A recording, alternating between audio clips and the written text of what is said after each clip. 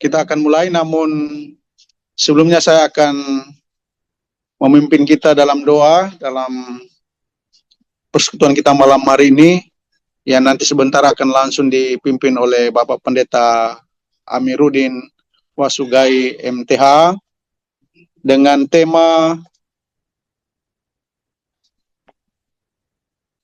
7 perkataan salib. Ya, Bapak Ibu Saudara-saudara yang kasih Tuhan, sebelum saya serahkan ke Pak Pendeta Amiruddin Wasugai MTH, kita bersama-sama berdoa. Mari kita berdoa. Terima kasih Allah Bapa di surga, di dalam nama Tuhan Yesus Kristus Juru Selamat kami, Tuhan Allah yang Maha Kuasa, Maha Tinggi, ya Pendeta Amiruddin Wasugai MTH. Terima kasih Tuhan, kami dari berbagai penjuru di tanah air ini, kami boleh hadir malam hari ini lewat ruang Zoom. Kami percaya kami semua yang boleh ada dalam ruang Zoom ini boleh menikmati berkat lewat setiap kebenaran firman-Mu yang akan disampaikan oleh hamba-Mu, Pak Pendeta Amiruddin Wasugai MTH. Terima kasih Tuhan, terima kasih untuk semua kesempatan waktu malam hari ini, dan kami berdoa menyerahkan jaringan yang kami pakai internet, biarlah semuanya dalam kendali kuasa Tuhan, sehingga Sunday Worship malam hari ini boleh berjalan dengan tanpa ada gangguan kendala signal, dan kami boleh menyelesaikan persekutuan kami malam hari ini dalam penyertaan Tuhan Yesus Kristus. Terima kasih Tuhan, terima kasih, kami menaikkan semua doa ungkapan syukur kami hanya kepada Bapa yang bertata dalam surga, mendengar menjawab berkati seluruh kehendak Tuhan, di dalam nama Tuhan Yesus Kristus Juru Selamat kami berdoa, kami mengucap syukur, berterima kasih, haleluya, amin. Ya baik Bapak Ibu, saudara-saudara yang kasih Tuhan, diberkati Tuhan, malam hari ini kita boleh lagi akan diberkati oleh firman Tuhan yang akan disampaikan oleh Pak Pendeta Amiruddin Wasugai MTH, dan waktu kesempatan kami serahkan langsung kepada Pak Pendeta Amiruddin Wasugai MTH. Terima kasih. Silakan Pak Pendeta.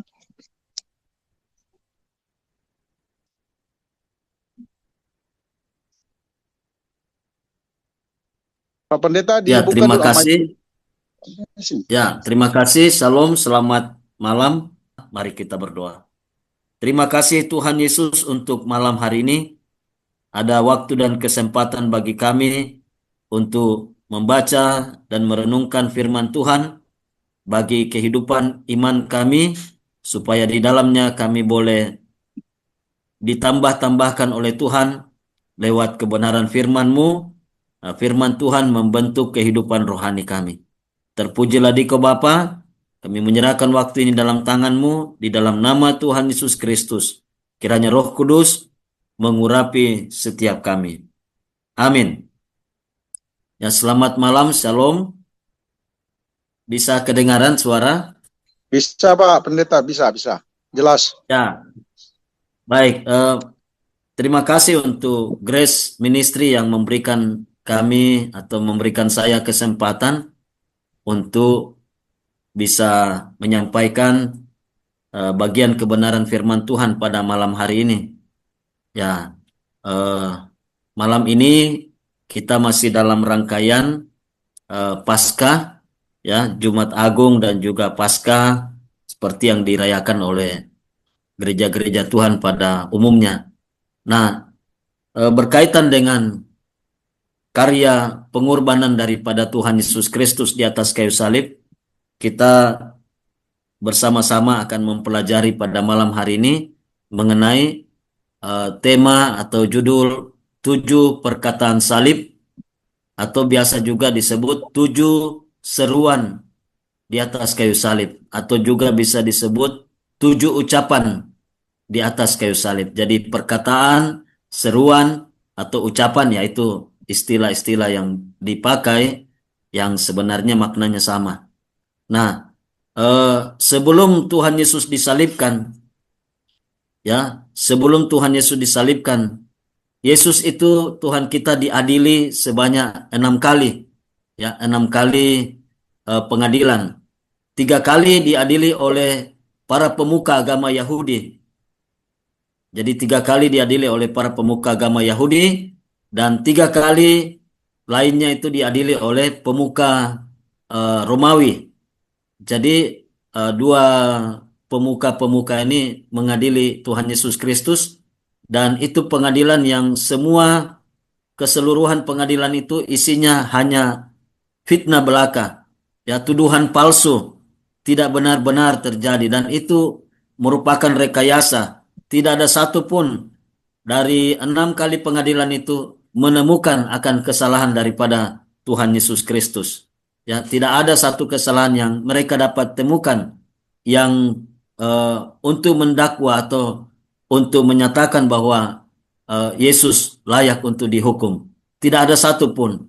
Dan setelah diadili, Tuhan Yesus harus memikul salibnya menuju ke Bukit Golgota atau Bukit Kalvari, Bukit Tengkorak. Kenapa disebut Bukit Tengkorak? Karena memang tempat itu di Yerusalem itu tempat para penjahat-penjahat kelas kaliber kakap atau kelas berat itu mereka dihukum dengan hukuman salib. Nah, hukuman yang paling tinggi yaitu hukuman mati digantung di atas kayu salib. Yang kedua adalah hukuman dirajam batu sampai mati. Nah, kalau orang kedapatan berzina pada zaman Tuhan Yesus itu, mereka harus dirajam, dilempar batu sampai mati. Bagaimana caranya? Biasanya eh, orang yang berdosa itu, yang kedapatan berzina itu, mereka digalikan lubang ya setinggi dengan tubuh orang itu sampai di leher, baru ditimbun, ya tinggal kepalanya yang muncul di atas permukaan, baru satu penduduk itu, satu kota atau satu desa rame-rame untuk melempar dia sampai mati. Nah, tetapi Tuhan Yesus Kristus di sini dia mengalami atau menjalani hukuman salib, hukuman yang paling tinggi, yang paling berat ya. Dan sebelum menuju ke kayu salib, Tuhan Yesus itu melewati memikul salib itu di jalan-jalan di kota Yerusalem itu melalui jalan salib atau yang kita kenal dengan istilah Via Dolorosa. Nah, karena Tuhan Yesus tidak sanggup lagi untuk memikul salib, maka prajurit Romawi memaksa seorang yang bernama Simon Kirene untuk membantu Tuhan Yesus Kristus memikul salib menuju ke Bukit Golgota.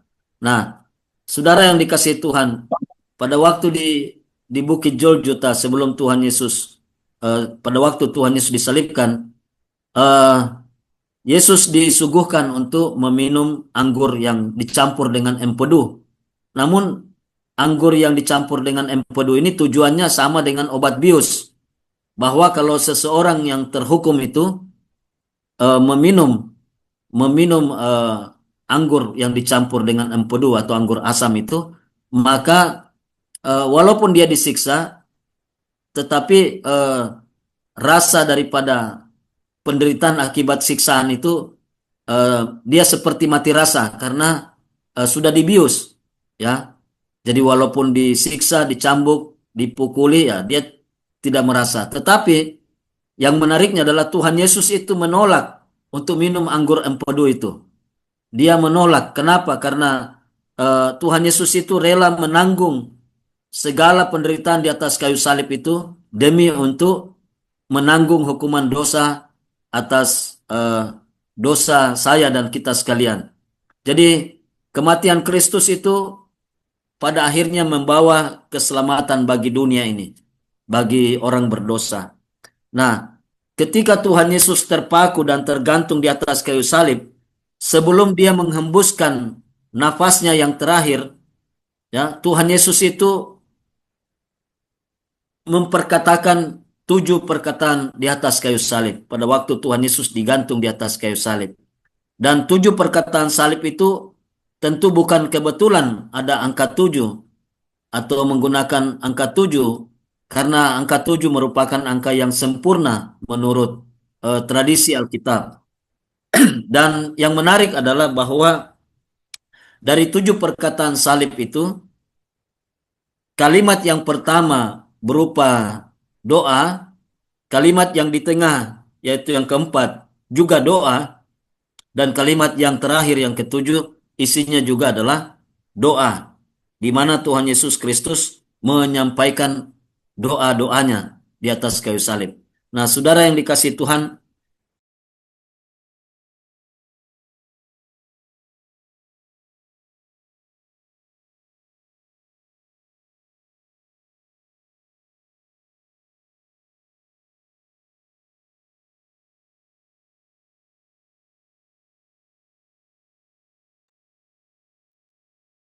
Mute ya.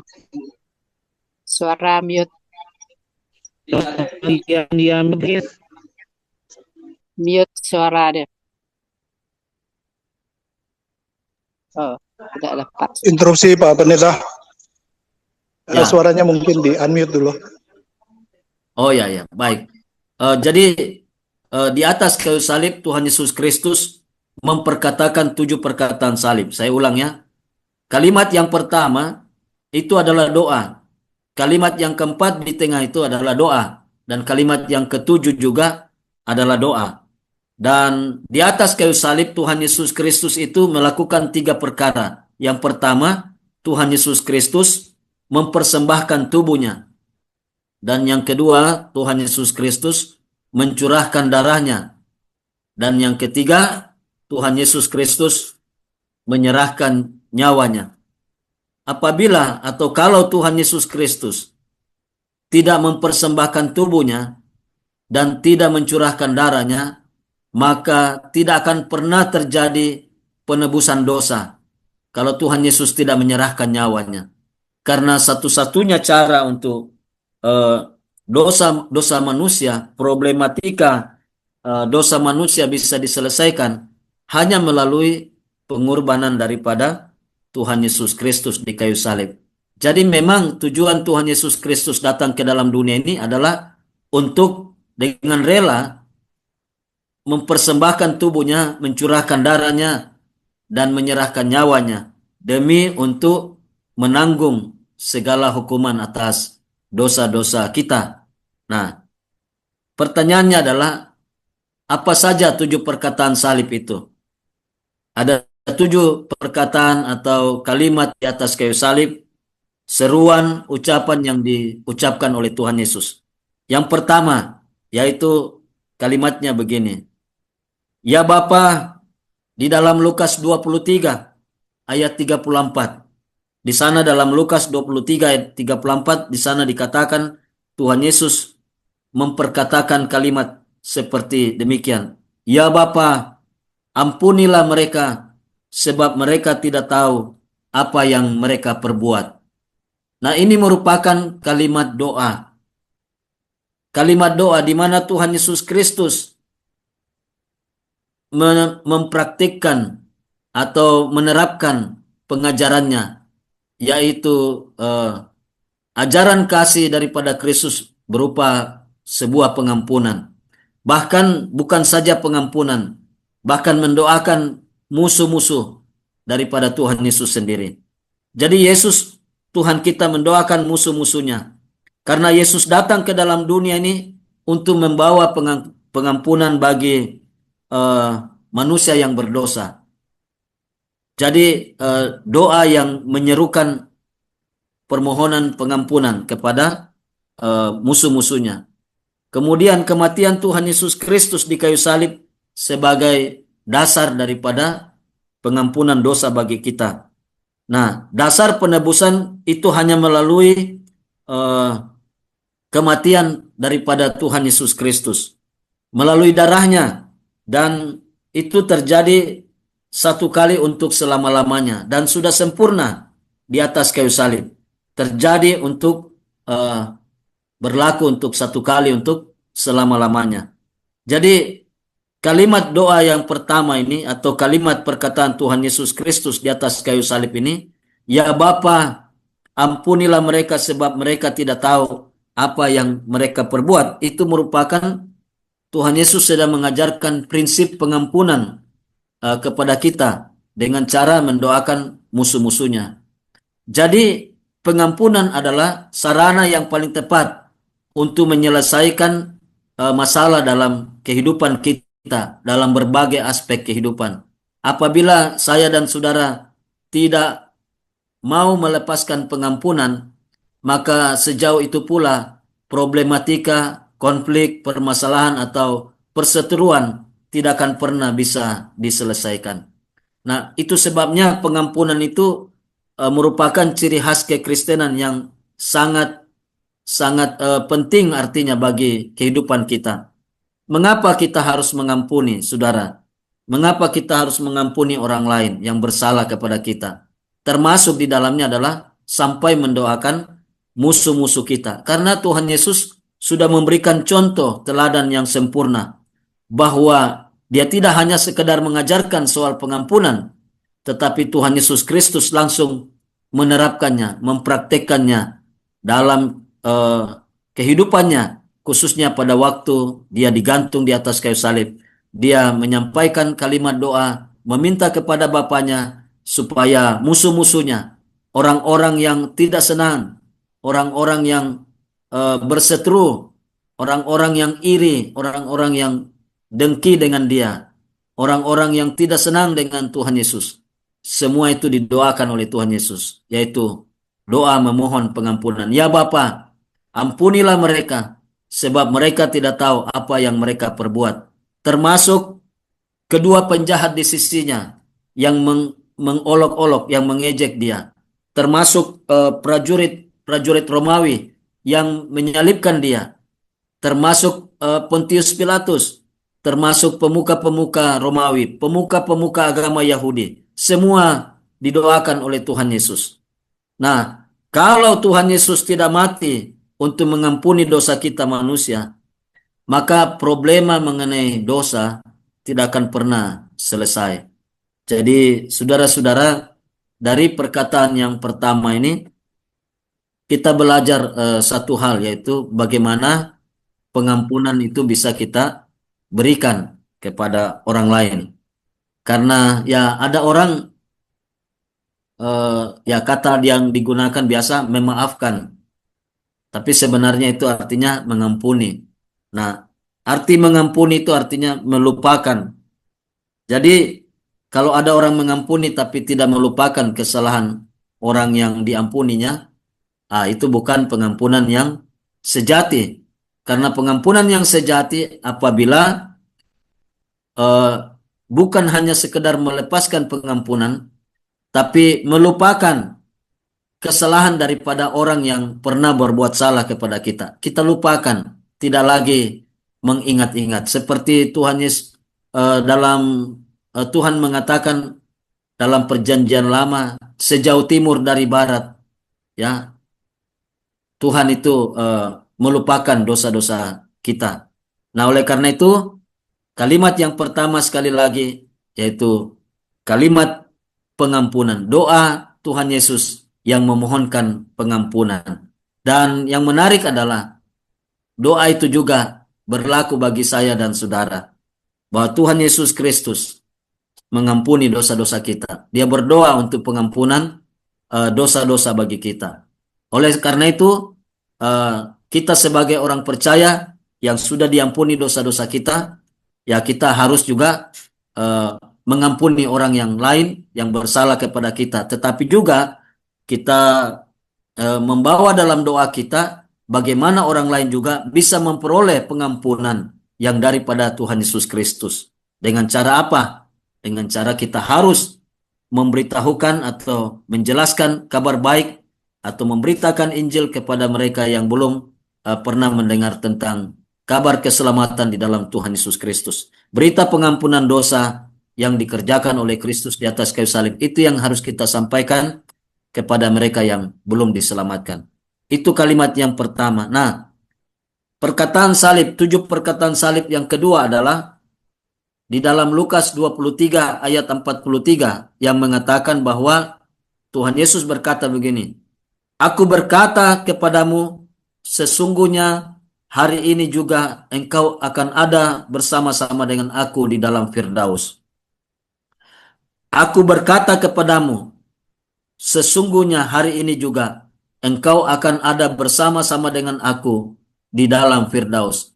Nah, kalimat perkataan Tuhan Yesus Kristus yang kedua ini ditujukannya kepada salah seorang penjahat di sisinya yang digantung di atas kayu salib pada waktu yang sama, jam yang sama, hari yang sama, di mana penjahat yang satu ini dua-dua awalnya ya kan, mereka ada bertiga di salib, yaitu Tuhan Yesus di tengah, yang di sebelah kiri penjahat, seorang penjahat kelas berat, dan yang di sebelah kanan juga seorang penjahat kelas kakap. Jadi eh, mereka memang kedua-duanya layak untuk dihakimi atau untuk dihukum di atas kayu salib dengan cara digantung di atas kayu salib. Tetapi Tuhan Yesus Kristus tidak layak, tidak wajar, tidak pantas untuk dihukum di atas kayu salib. Kenapa? Karena Tuhan Yesus tidak berdosa. Tuhan Yesus tidak ada kesalahan yang layak untuk dia disalibkan. Tetapi dia rela untuk disalibkan, dia rela untuk menanggung, dia rela mati untuk menanggung segala hukuman atas dosa kita di atas kayu salib, termasuk dosa daripada penjahat di sisinya yang kemudian bertobat itu. Karena dua-dua penjahat itu awalnya mengejek, mengolok-olok Tuhan Yesus, tetapi berjalannya waktu, ya, menit demi menit, jam demi jam, si penjahat ini memperhatikan bahwa ternyata orang yang disalibkan bersama mereka di tengah-tengah itu bukanlah orang sembarang. Pengenalannya akan Kristus akhirnya menjadi tuntas. Dia mengenal Kristus sebagai Mesias, sebagai Kristus, sebagai pengharapan akan datangnya seorang raja yang dijanjikan oleh Tuhan Allah kepada bangsa Israel dan juga kepada penjahat itu. Sehingga dia berkata kepada Tuhan Yesus dalam perubahan pertobatan, perubahan pikirannya, dalam pertobatannya dia mengatakan begini, Yesus, apabila engkau datang sebagai raja, ingatlah akan aku.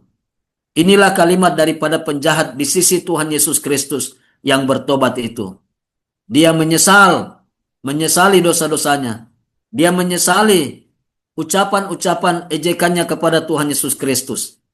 Dan dia datang kepada Tuhan Yesus dengan iman, dengan menaruh hidupnya, menempatkan imannya hanya kepada Yesus saja sebagai Mesias bagi kehidupannya. Dia berkata begini, Yesus, apabila engkau datang sebagai raja, ingatlah akan aku. Dia tidak minta sesuatu yang Tuhan bela dia.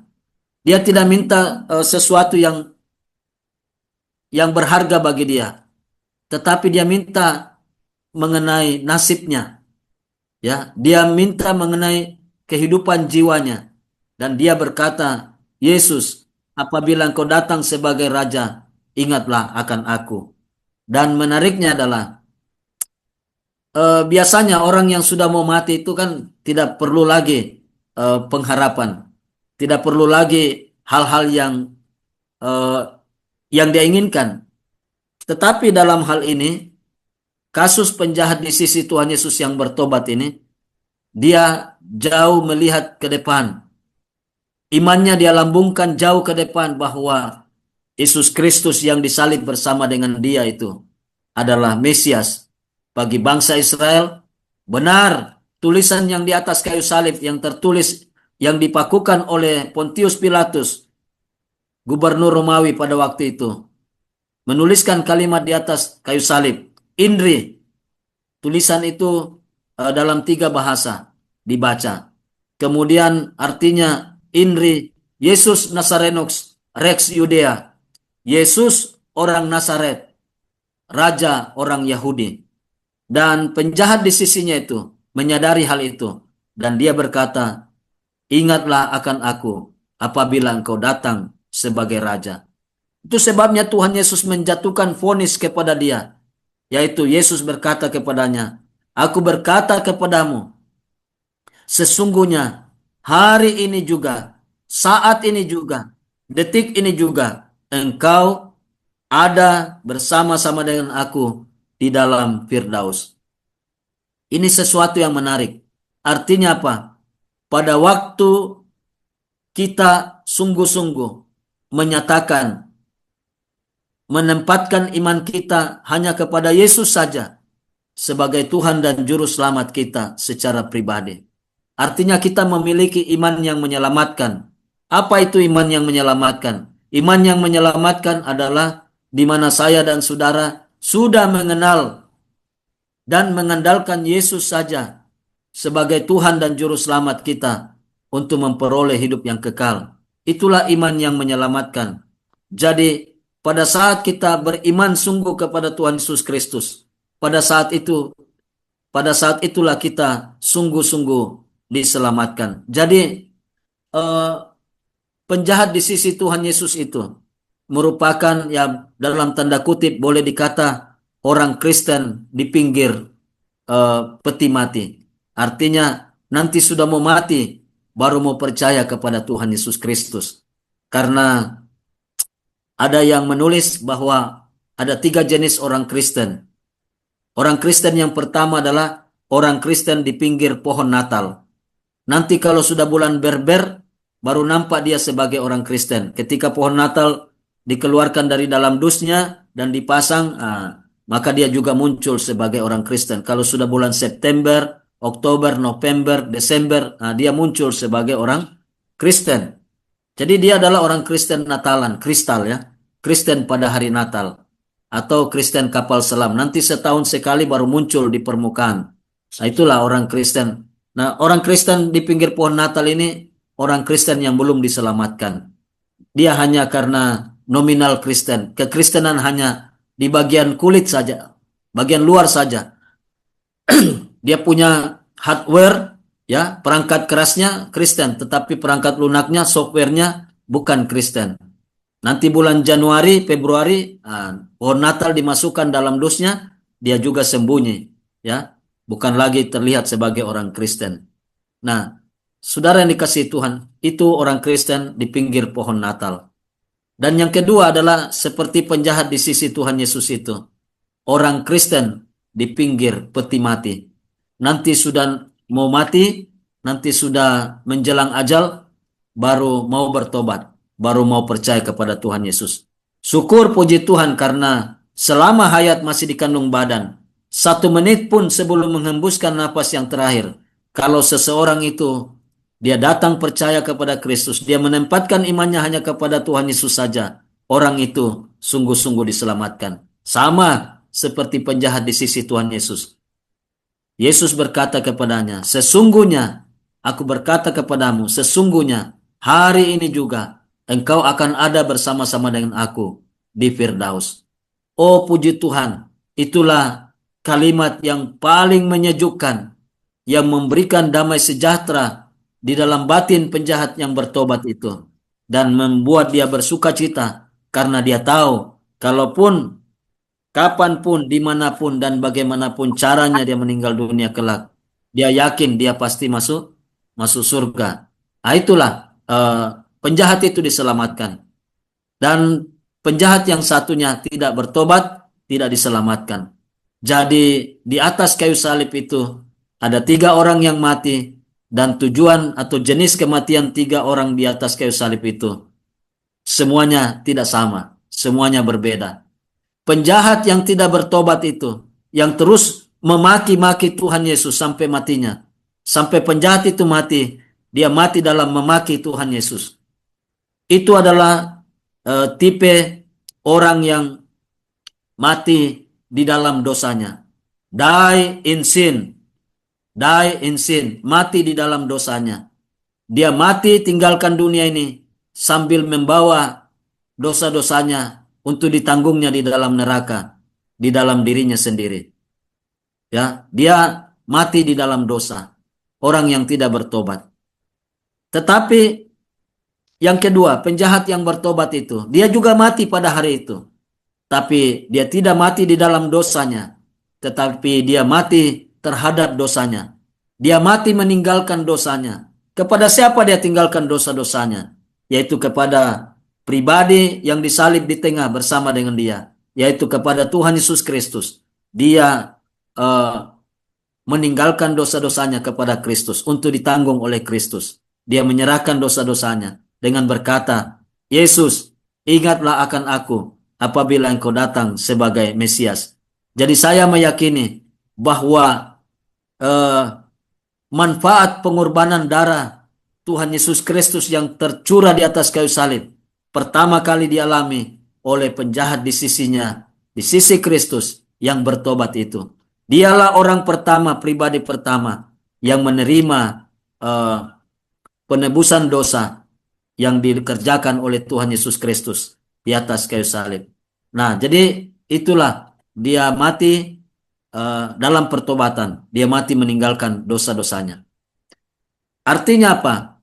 Dalam bahasa Inggris dikatakan die to sin, mati meninggalkan dosa-dosanya. Tetapi Tuhan Yesus Kristus yang mati juga pada hari yang sama, yang disalibkan di tengah di antara kedua penjahat itu, juga mati pada hari itu. Tetapi Tuhan Yesus Kristus bukan mati karena dosa-dosanya. Dan Tuhan Yesus juga tidak mati untuk meninggalkan dosa-dosanya.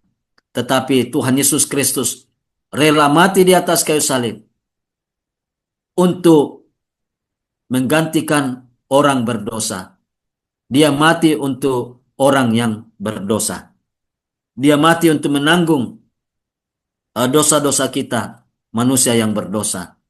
Jadi tujuan kematian Kristus bukanlah mati dalam dosanya. Dia tidak berdosa. Alkitab berkata 2 Korintus 5 ayat 21. Dia yang tidak mengenal dosa telah dibuatnya menjadi dosa karena kita, supaya di dalam dia kita dibenarkan oleh Allah. Artinya apa? Tuhan Yesus Kristus rela mati di atas kayu salib untuk menggantikan saya dan saudara, menanggung hukuman atas dosa-dosa kita, supaya di dalam dia kita dibenarkan oleh Allah. Dan kita bersyukur kepada Tuhan karena lewat pengorbanan Tuhan Yesus Kristuslah sebagai satu-satunya jalan untuk pengampunan dosa, dan juga kita dibenarkan di hadapan Allah hanya lewat darah daripada Tuhan Yesus Kristus yang sudah ditumpahkan bagi saya dan bagi dunia ini. Jadi dia mengakui Yesus sebagai Mesias. Itu merupakan jaminan untuk dia beroleh pengampunan dosa dan hidup yang kekal. Manusia tidak dapat menyelesaikan masalah dosanya. Oleh karena itu Allah mengutus anaknya ke dalam dunia ini untuk menyelesaikan masalah atas dosa manusia yang kita tidak sanggup untuk menyelesaikannya. Dengan usaha diri kita sendiri, kita tidak dapat menyelesaikan dosa-dosa kita. Dan jika seorang manusia menolak akan Yesus sebagai Tuhan dan Juru Selamatnya, ia akan diperhadapkan dengan penghukuman yang kekal di dalam neraka. Sama dengan penjahat di sisi Tuhan Yesus yang tidak bertobat itu. Dia pergi ke neraka. Dia mati dan dia pergi ke neraka menanggung dosa-dosanya. Tetapi penjahat di sisinya yang bertobat itu, dia mati juga.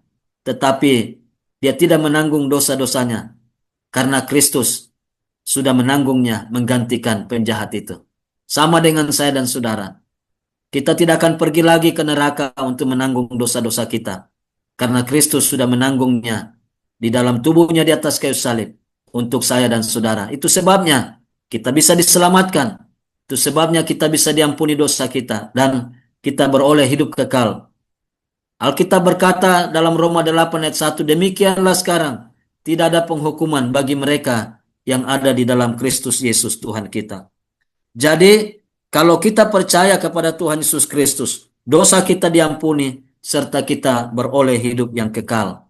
Nah, itulah kalimat yang kedua, Bapak Ibu Saudara yang dikasihi Tuhan, yaitu kalimat yang menyatakan vonis Tuhan Yesus menerima penjahat di sisinya yang bertobat itu. Penjahat yang bertobat, hari itu dia mati, tetapi dia mati, dia pergi ke surga. Dia berjumpa dengan Tuhan Yesus di surga. Tetapi penjahat yang satu dia mati. Dia tidak pernah berjumpa dengan Tuhan Yesus lagi.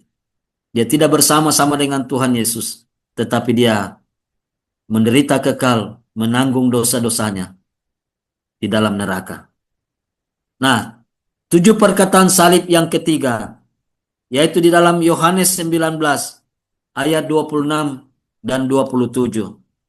Di sana Tuhan Yesus Kristus mengatakan kalimat kepada Maria ibunya, kepada Bunda Maria. Dia berkata begini, "Ibu, inilah anakmu." Yang dia maksud adalah Rasul Yohanes, murid Tuhan Yesus yang dikasihinya. Dan kepada Rasul Yohanes, Tuhan Yesus berkata, "Yohanes, inilah ibumu."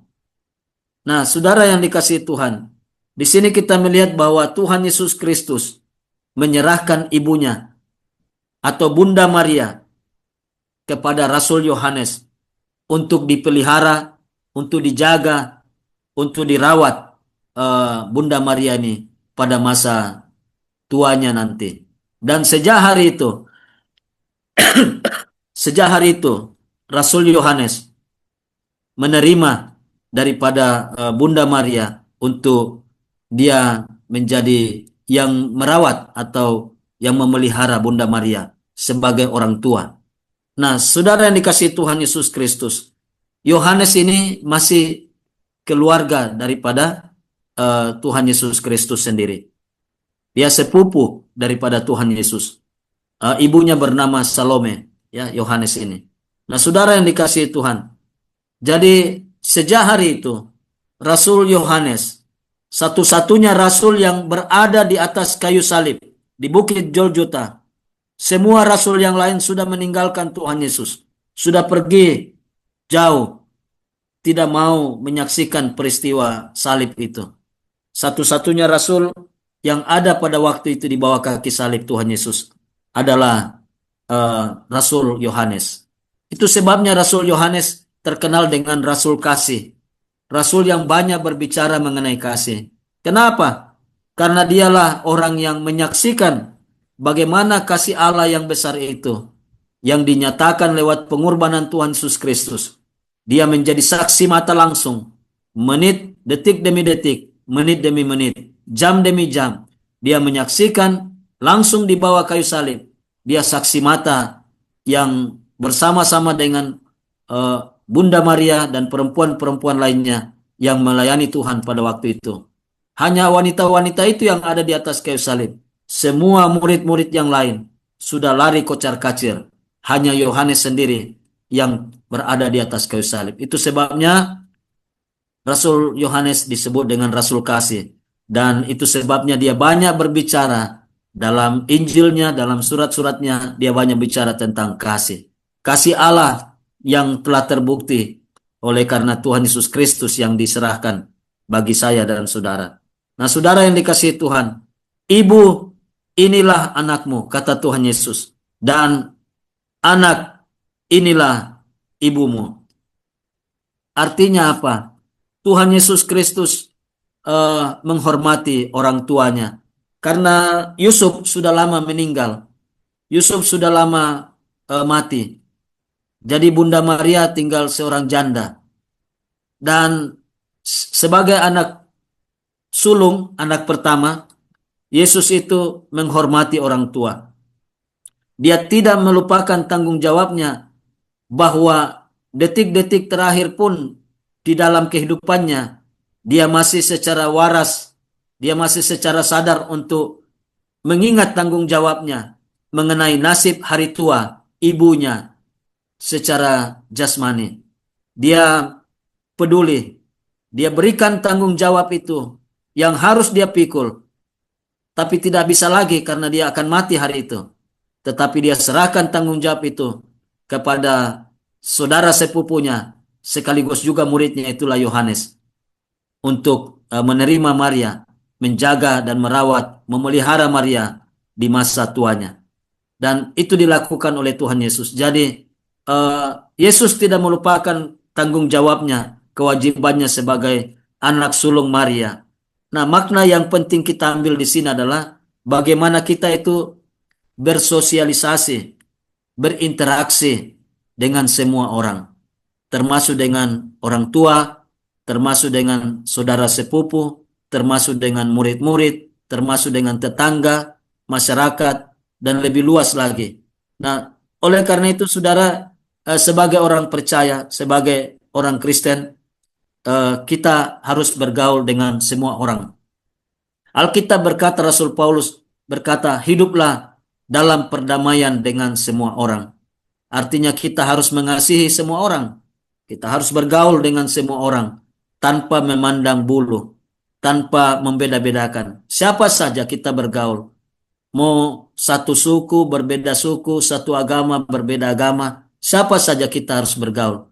Khususnya tujuan pergaulan kita kepada mereka yang belum diselamatkan adalah membangun persahabatan supaya lewat jembatan persahabatan pergaulan kita itu menjadi jalan, menjadi sarana untuk kita bisa menyampaikan kabar baik kepada mereka yang masih terhilang, yang belum percaya kepada Kristus. Jadi tanggung jawab sosial kita, kita harus lakukan.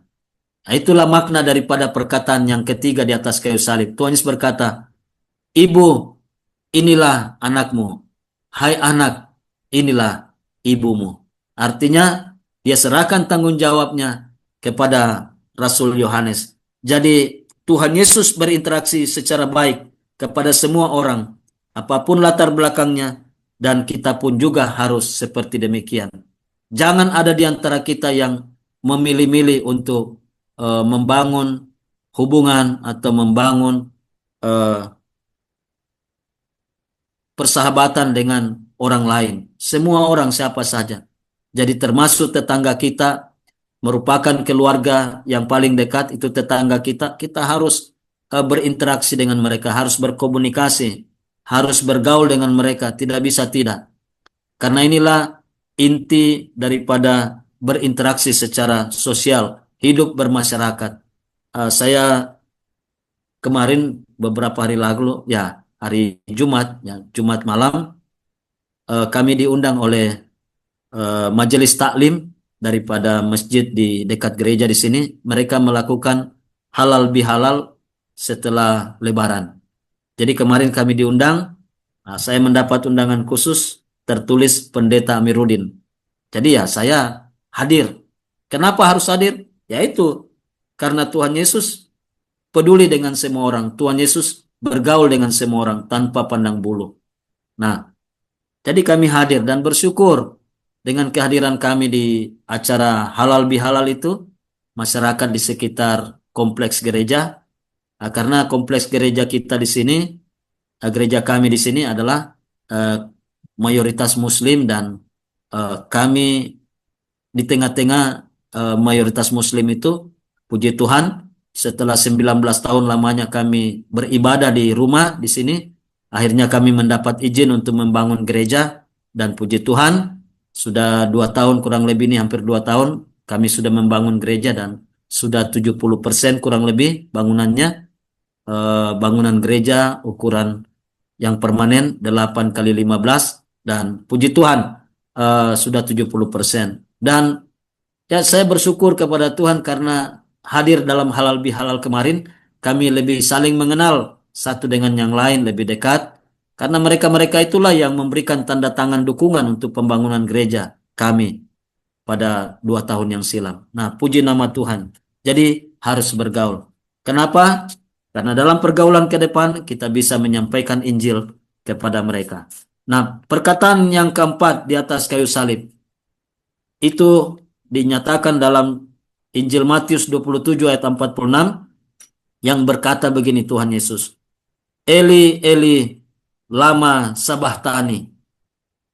Artinya apa? Allahku, Allahku, mengapa engkau meninggalkan aku? Dalam bahasa Inggrisnya, Tuhan Yesus berkata begini, my God, why do you forsaken me?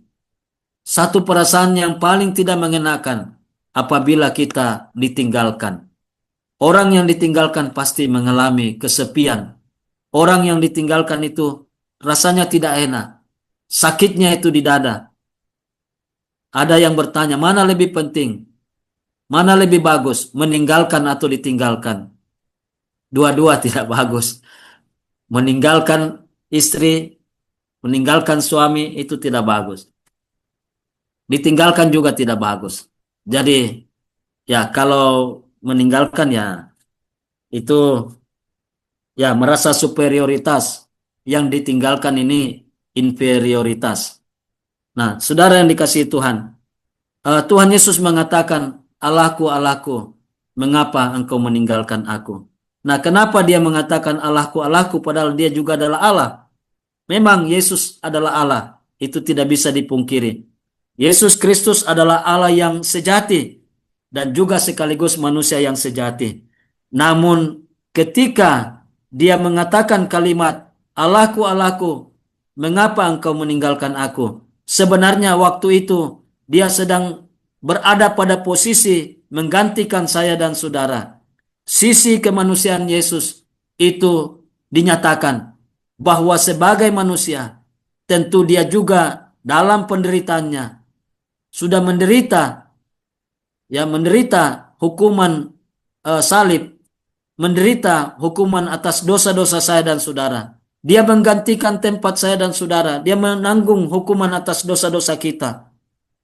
Dia menanggung hukuman neraka atas kita.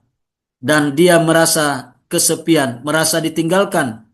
Murid-muridnya sudah meninggalkan dia. Dan bukan hanya itu juga, Bapaknya pun, Allah Bapa, meninggalkan dia. Nah, saudara yang dikasihi Tuhan, bahwa orang yang dihukum secara kekal di dalam hukuman lautan api neraka itu adalah orang yang ditinggalkan oleh Allah untuk selama-lamanya. Inilah yang disebut dengan kematian yang kekal.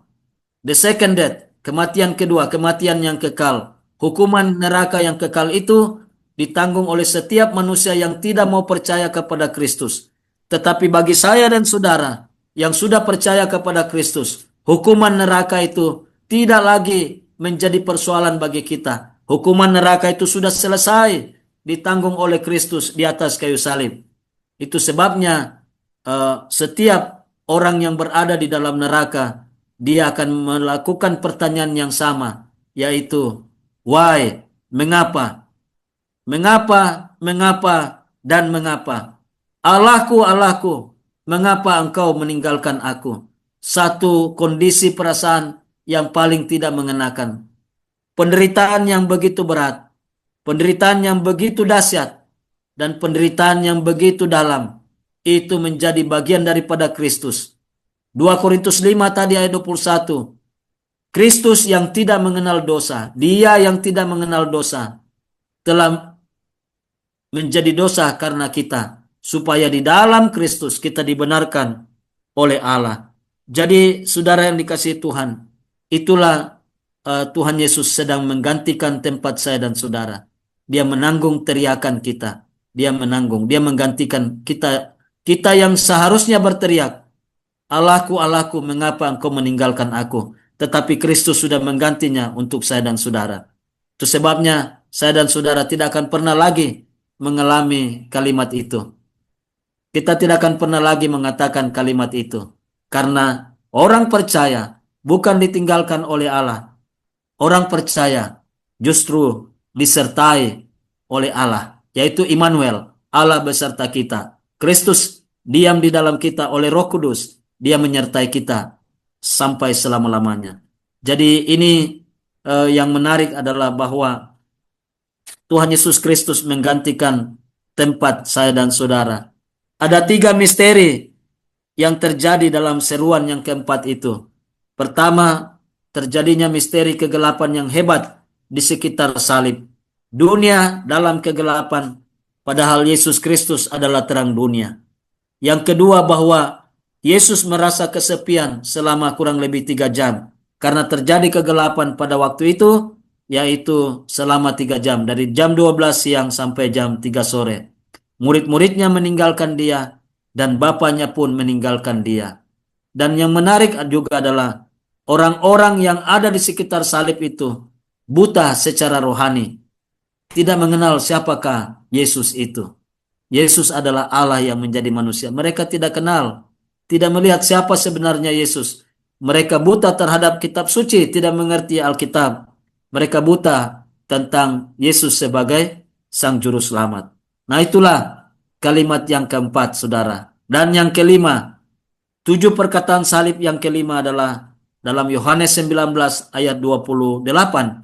Yesus berkata, I am thirsty, aku haus. Mengapa Tuhan Yesus Kristus meneriakkan pekik kalimat I am thirsty, aku haus? Itulah kondisi orang yang dihukum di dalam neraka.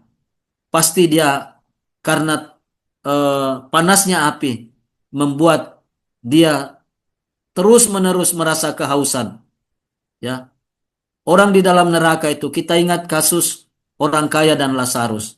Orang kaya itu berkata, Bapak Abraham, kalau boleh suruhlah Lazarus mencelupkan jarinya ke dalam air dan meneteskan ke lidah kami, lidah saya, karena aku haus. Itulah kondisi orang yang di dalam neraka.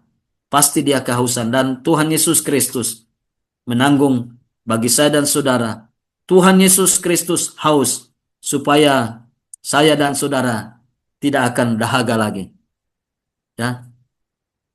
Pernah Tuhan Yesus berkata kepada perempuan di sumur Yakub, apabila kamu meminum air yang dari sumur Yakub ini, kamu akan haus lagi. Namun apabila engkau meminum air yang akan kuberikan kepadamu, air hidup, kamu tidak akan dahaga lagi. Dan benar, puji nama Tuhan, saya dan saudara tidak akan pernah haus lagi.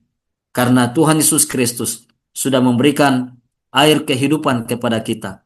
I'm thirsty. Mengapa Tuhan Yesus merasa haus? Karena dia sudah mengalami dehidrasi, tidak pernah minum dari malam hari sejak dia diilih sampai dia disalibkan, ya, itu terjadi dehidrasi yang berat, sehingga Tuhan Yesus mengatakan, I am thirsty, aku haus.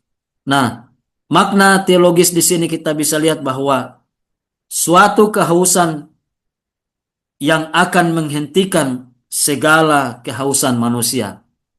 Kehausan Kristus di atas kayu salib menghentikan kehausan kita manusia. Kita tidak akan dahaga lagi sampai selama-lamanya. Karena air kehidupan yang ada pada Tuhan Yesus Kristus itu tidak akan menjadikan saya dan saudara untuk kehausan lagi. Tidak. Kita tidak akan berkata lagi, aku haus. Karena Tuhan Yesus sudah menggantikan saya dan saudara. Nah, oleh karena itu saudara yang dikasihi Tuhan, kembali lagi bahwa karena dunia ini haus dan miskin akan kasih Tuhan. Dunia ini haus akan kasih Allah. Maka tugas tanggung jawab saya dan saudara yang memiliki air kehidupan itu, kita harus membagikan air kehidupan, keselamatan hidup yang kekal, pengampunan dosa, dan anugerah hidup kekal itu kita harus bagikan. Kita harus kumandangkan kepada mereka yang masih haus dan rindu akan kasih Tuhan, yang belum tahu jalan keselamatan. Tugas kita dalam memberitakan Injil kepada mereka. Itu jangan pernah dilupakan. Dan yang keenam, perkataan salib, 7 perkataan salib yang keenam itu di dalam Yohanes 19 ayat 30. Di sana dikatakan, sudah selesai. Sudah selesai. Artinya don, ya, sudah selesai. Dalam bahasa Yunaninya tetelestai. Dari kata teleo. Teleo berarti tugas sudah dilaksanakan. Tugas sudah dilaksanakan. Teleo juga berarti pajak sudah dibayar lunas. Kalau pajak sudah dibayar, tetelestai. Pajak sudah dibayar lunas. Kemudian juga berarti sudah dicapai tujuan yang diharapkan. Itu arti tetelestai. Juga berarti sudah dituntaskan perkara. Kalau orang berperkara, sudah diselesaikan, sudah dituntaskan. Dan juga untuk perjalanan, kita sudah sampai pada tujuan akhir perjalanan. Dan untuk janji, kita sudah digenapi. Tetelestai. Sudah genap, sudah selesai. Janji Tuhan semua yang dijanjikan oleh Tuhan Yesus Kristus tentang keselamatan kita sudah digenapi oleh Tuhan Yesus Kristus di atas kayu salib. Karena Kristus telah mengalahkan dosa, kematian Kristus sudah cukup untuk menebus dosa kita manusia, baik dosa yang dulu lalu, baik dosa yang kini sekarang yang sedang kita buat, bahkan dosa yang nanti yang belum kita lakukan pun sudah dibayar lunas, sudah ditebus, dibayar dengan lunas satu kali untuk selama-lamanya. Satu kali untuk selama-lamanya. Kristus tidak akan datang kedua kali untuk menanggung hukuman dosa kita di atas kayu salib untuk kali yang kedua. Tidak. Cukup satu kali. Kuasa penebusan, kuasa pengampunan Kristus sungguh dahsyat. Dia sanggup mengampuni dosa masa lalu, dosa masa kini, dan dosa masa yang akan datang. Itu sulit kita pikirkan, sulit kita bayangkan. Tetapi itulah kuasa kedahsyatan, kuasa penebusan daripada Kristus. Luar biasa. Nah, saudara yang dikasihi Tuhan, itu sebabnya Rasul Paulus berkata dalam 1 Korintus 6 ayat 20, kamu telah dibeli dan harganya sudah lunas dibayar. Karena itu, muliakanlah Allah dengan tubuhmu, muliakanlah Allah dengan hidupmu. Kita yang sudah menerima pengampunan yang daripada Kristus, maka hidup kita bukan seenaknya untuk hidup berbuat dosa, tetapi hidup kita harus muliakanlah Allah. Muliakanlah Allah dengan tubuhmu, muliakanlah Allah dengan hidupmu. Nah, itu yang dikatakan oleh Rasul Paulus. Dan juga di dalam 1 Korintus 7 ayat 23, Rasul Paulus berkata, kamu telah dibeli dan harganya sudah lunas dibayar. Karena itu janganlah menjadi hamba manusia. Janganlah menjadi hamba manusia. Artinya, janganlah ikut-ikut dengan kelakuan yang berdosa daripada dunia ini, daripada manusia yang belum percaya kepada Kristus. Jangan ikut-ikutan. Jangan menjadi hamba manusia, tapi kita menjadi hamba Allah, menjadi hamba Tuhan, hambanya Kristus. Nah, saudara yang dikasihi Tuhan, kita jangan lagi hidup dalam dosa. Berani kita berkata tidak kepada dosa. Itu yang dikatakan oleh Rasul Paulus. Nah, saudara yang dikasihi Tuhan, yang terakhir, 7 perkataan salib yang ketujuh yang Tuhan Yesus ucapkan, yang Tuhan Yesus serukan di atas kayu salib, yaitu dalam Lukas 23 ayat 46. Di sana Tuhan Yesus berkata, ya Bapa, ke dalam tanganmu kuserahkan nyawaku. Ke dalam tanganmu kuserahkan hidupku. Ini adalah penyerahan diri daripada Tuhan Yesus Kristus kepada Bapanya perihal roh-roh orang percaya yang percaya kepadanya untuk diserahkan kepada Bapa. Bukan hanya sekedar Kristus menyerahkan nyawanya saja, tetapi dia menyerahkan semua diri kita, hidup kita, orang-orang yang percaya kepadanya, dia serahkan kepada Bapanya. Di mana pekerjaan Kristus sudah selesai di atas kayu salib. Yang menarik adalah Tuhan Yesus Kristus rela menyerahkan nyawanya. Dia bukan seorang yang mati bukan karena tidak berdaya. Dia tidak menyerahkan dirinya karena dia tidak berdaya. Ya, dia justru menyerahkan dirinya dengan sukarela. Dia rela menyerahkan nyawanya kepada Bapanya. Jadi salib bukanlah sebagai sebuah kekalahan atau ketidakberdayaan Kristus, tetapi salib merupakan kemenangan yang diraih oleh Kristus terhadap dosa, terhadap maut. Nah, saudara yang dikasihi Tuhan, salib merupakan kemuliaan bagi Tuhan Yesus, bukan kehinaan. Karena di atas kayu saliblah, di atas bukit Golgota di Kalvari itu, Yesus telah menyelesaikan pekerjaannya yang ditugaskan oleh Bapanya kepadanya untuk dikerjakannya. Dan ingat, tanpa salib Kristus, pekerjaan Yesus belumlah selesai, belum lengkap, belum tuntas. Kasihnya kepada manusia adalah kasih yang tanpa batas, kasih yang tiada batas.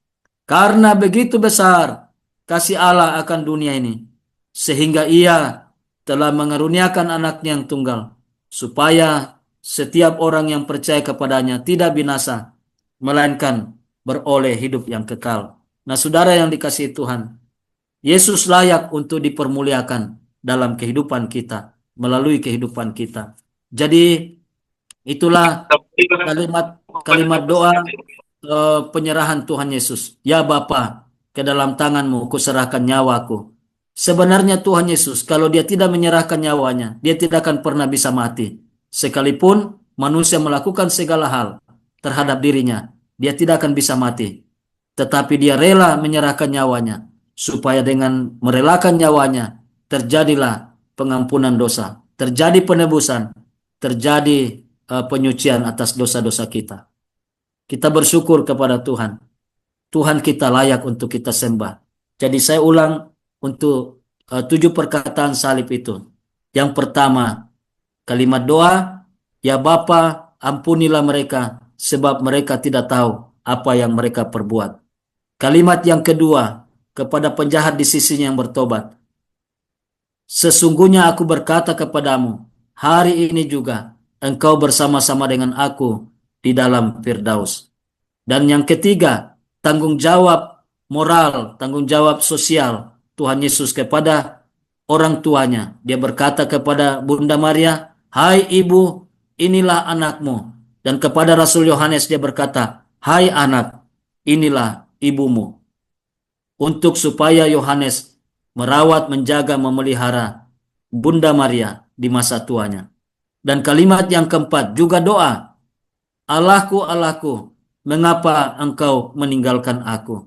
Satu perasaan yang Tuhan Yesus Kristus ditinggalkan oleh Bapaknya, karena Tuhan Yesus Kristus sedang berada di posisi menggantikan tempat saya dan saudara. Dia sedang menanggung hukuman siksa api neraka di dalam tubuhnya di atas kayu salib. Nah, kemudian yang kelima dikatakan bahwa Tuhan Yesus Kristus haus. Dia yang adalah air hidup itu pernah menjadi haus, supaya saya dan saudara tidak akan pernah haus lagi. Yang keenam, Tuhan Yesus berkata, tetelestai, sudah selesai, sudah genap. Seluruh hukuman atas dosa kita sudah diselesaikan oleh Kristus, sehingga saya dan saudara tidak perlu lagi membayar untuk dosa-dosa kita, karena Kristus sudah membayarnya dengan lunas. Tidak ada satupun dosa yang tersisa, semua sudah dibayar lunas. Dan yang menarik adalah yang ketujuh, kalimat doa juga, ya Bapa, ke dalam tanganmu kuserahkan nyawaku. Artinya Tuhan Yesus Kristus menyerahkan nyawanya untuk saya, supaya kita boleh diselamatkan. Demikian kebenaran firman Tuhan, dan mari kita berdoa. Tuhan Yesus, terima kasih untuk kami boleh merenungkan untuk 7 perkataan Tuhan Yesus Kristus pada waktu Tuhan Yesus tergantung di atas kayu salib. Kami sangat bersyukur ya Tuhan, bahwa dalam kesemua 7 perkataan salib itu, di sanalah letak pengampunan dosa kami, penyucian, penebusan, pembenaran oleh Allah, dan juga kami mendapatkan pengampunan dosa dan juga hidup yang kekal, oleh karena Tuhan Yesus Kristus sudah menggantikan tempat kami, menanggung segala hukuman atas dosa-dosa kami, dan dikuburkan, namun bangkit dari antara orang mati pada hari yang ketiga, naik ke surga, dan menyediakan serta menawarkan anugerah hidup kekal kepada kami secara cuma-cuma, di mana anugerah hidup kekal itu telah kami terima dengan iman yang menyelamatkan, yaitu di mana kami sudah mengenal dan mengandalkan Yesus saja sebagai Tuhan dan Juru Selamat kami untuk memperoleh hidup yang kekal. Biarlah kebenaran ini Tuhan, itu menjadi bagian hidup kami, tetapi juga kami bagikan kepada orang lain di sekitar kehidupan kami. Di dalam nama Tuhan Yesus Kristus kami berdoa. Amin. Saya serahkan kepada host untuk melanjutkan. Terima kasih, Tuhan memberkati. Baik, terima kasih Bapak Pendeta Doktor Kandidat Amiruddin Wasugai, Magister Teologi yang sudah menyampaikan pelayanan firman Tuhan, dan tentunya ini menjadi berkat bagi kita semua, baik dari sisi knowledge, pengetahuan, tapi terlebih ini dapat menjadi bagian di dalam pelayanan kita untuk lebih mengagumi Tuhan kita yang tergantung di salib. Semata-mata itu adalah bentuk kasih Dia terhadap kita. Sekali lagi kami menyampaikan terima kasih untuk Pak Pendeta Amir, dan kiranya Tuhan Yesus memberkati di setiap tugas dan pelayanan, serta memberkati bersama-sama dengan keluarga tentunya. Baik Bapak Ibu Saudara-saudara yang kekasih, maka Terima dari kasih. terima kasih Pak Terima Pendeta. kasih. Tadi saya sudah dapat informasi dari Pastor Will Marianis bahwa beliau mengalami kesulitan jaringan di lokasi beliau berada, sehingga overhandle ya. Saya mengambil alih kembali untuk tugas dan pelayanan Pak Pastor Wilmar sebagai host, dan kami juga berterima kasih untuk Ibu Steri Tangkilisan yang sudah menyiapkan fasilitas link. Ini bukan produk Indonesia tapi produk Amerika ini Pak Pendeta. Sehingga ini boleh menjadi jaringan. Terima kasih. Terima kasih Pak. Saling berbagi satu dengan yang lain. Terima kasih juga untuk para partisipan dan jemaat. Kiranya hari ini sungguh-sungguh kita mendapatkan berkat lewat pelayanan firman Tuhan yang disampaikan oleh Bapak Pendeta Dr. Kandidat Amiruddin Wasugai, Magister Teologi. Sekali lagi, kami dari Grace Ministry tetap melaksanakan kegiatan ini, ada dalam bentuk talk show, ada dalam bentuk Bible study, ada dalam bentuk podcast, dan malam hari ini kami melaksanakan Grace Ministry lewat Sunday Worship. Terima kasih sekali lagi untuk semua kita, dan kita akan tutup. Saya minta dengan kasih Bapak Pendeta Amiruddin untuk bisa menutup kita dan sekaligus dengan doa berkat. Silakan Pak. Mari kita berdoa. Terima kasih Tuhan Yesus atas anugerah pengampunan dosa dan hidup yang kekal yang kami terima melalui karya pengorbanan Tuhan Yesus Kristus di atas kayu salib dan kebangkitan-Mu di antara orang mati pada hari yang ketiga. Kematian Kristus menjamin kepastian pengampunan dosa atas hidup kami. Dan kebangkitan Kristus memastikan, menjamin akan kami mendapatkan anugerah hidup yang kekal, kepastian keselamatan, kepastian masuk surga yang sudah dijamin oleh Tuhan Yesus Kristus satu kali dan untuk selama-lamanya. Terima kasih Tuhan Yesus, biarlah dalam kehidupan kami yang sudah diselamatkan, kami boleh hidup mempermuliakan nama Tuhan. Kami hidup mengasihi Tuhan dan melayani Tuhan Yesus di sepanjang umur hidup kami. Tuhan memberkati pelayanan Grace Ministry. Tuhan memberkati Pastor Walda Tangkilisan. Tuhan memberkati setiap kami yang boleh hadir di dalam Zoom meeting ini. Biarlah dimanapun kami berada, berkat Tuhan tercurah atas kehidupan kami masing-masing. Dan kami menutup seluruh Sunday worship kami pada hari ini. Dan mohon berkat yang daripada Allah Tritunggal. Anugerah daripada Tuhan kita Yesus Kristus. Dan kasih Allah Bapa dan persekutuan dengan Roh Kudus menyertai kita sekalian mulai dari malam hari ini sampai Tuhan Yesus Kristus datang untuk menjemput dan mengangkat kita kembali ke surga, bahkan untuk kekal sampai selama-lamanya. Amin.